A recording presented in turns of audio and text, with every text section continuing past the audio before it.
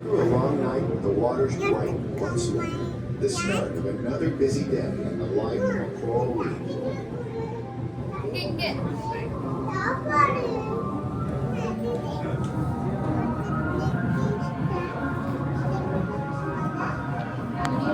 Coral reefs are underwater social networks. Their signals and relationships are some of the most surprising things in the sea. Take the corals themselves.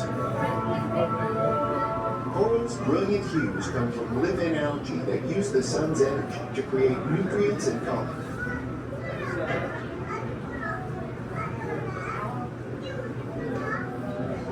The coral gets fed, and the algae get a place to live.